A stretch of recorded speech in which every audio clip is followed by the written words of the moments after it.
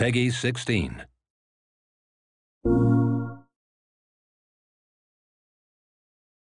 I'm Christian Sadak, Senior Designer for Zipper Interactive. Today we'll be exploring the various ways you can enjoy our first PlayStation Vita title, Unit 13.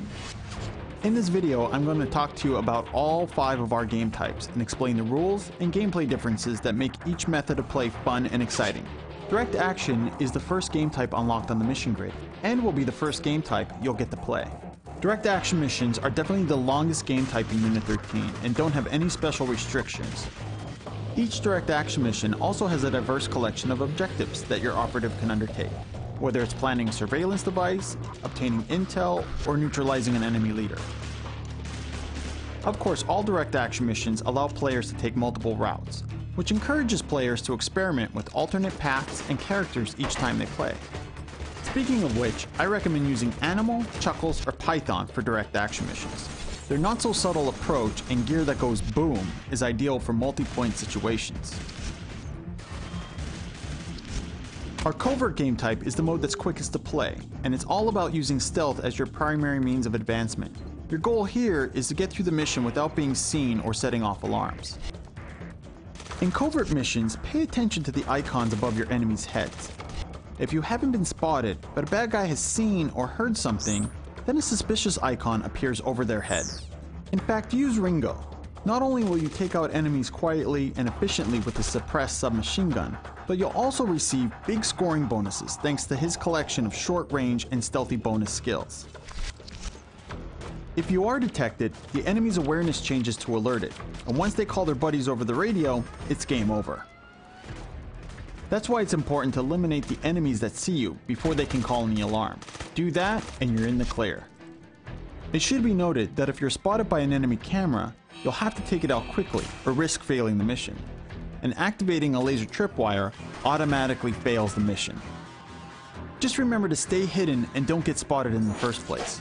Avoid enemies, use suppressed weapons, avoid sprinting, use cover, and melee your enemies to keep from making too much noise. Of course, if you're really good, then it's possible to complete covert missions without eliminating a single bad guy. In fact, you get a big scoring bonus if you can pull it off. One last tip for covert. Build Ringo up to level 4 to unlock the small suppressor attachment for the entire team. With that setup, Alabama is a great choice here, as he'll then be able to take out enemies quietly from a distance. Chuckle's ability to spot electronic hazards is helpful too. The Deadline game type is a race against time. When playing this mode, your primary goal is to get in, complete your objectives quickly, and escape before time runs out. The good news is that your time in Deadline isn't absolute. You can earn more time by reaching checkpoints, which makes speedy navigation and quick thinking your #1 ally. Python and his machine gun and Chuckle's upgraded assault rifle are perfect for the run and gun nature of Deadline. If you can avoid getting shot, Ringo has the fastest movement and can get the best times, but he's also the most fragile, making him an effective but advanced choice. A good tip to remember for all Deadline missions, regardless of their objectives, is to avoid sneaking around, trying to defuse every charge, or do other time-consuming things. You'll get more points for finishing quickly anyway, and you'll lessen your chances of running out of time on the clock. Don't underestimate the usefulness of flashbangs and smoke grenades in this mode either. They can stun and distract your enemies and hide your movements in a pinch. Our Elite game type will test your skills. Unlike our other game modes, Elite has a health bar to watch instead of regenerating health. Plus, if you die, you can't restart from checkpoints. You'll have to start the mission all over again. Don't get too intimidated though. Elite missions aren't as long as some of the other game types, and your health refills when you hit the checkpoints. Just remember to avoid getting hit. More health at the checkpoints means more bonus points when you're done. Less health means fewer points. There is one exception though. Zeus's red line skill bonus racks up more points when he's low on health.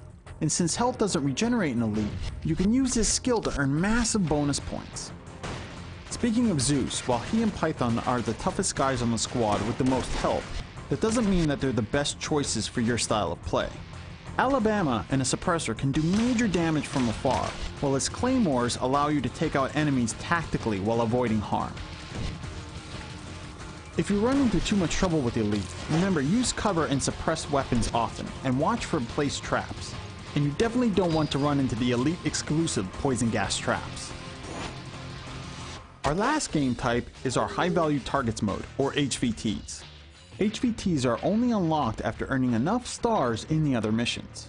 High value targets are the supreme enemy leaders, the worst of the worst, and they need to be eliminated.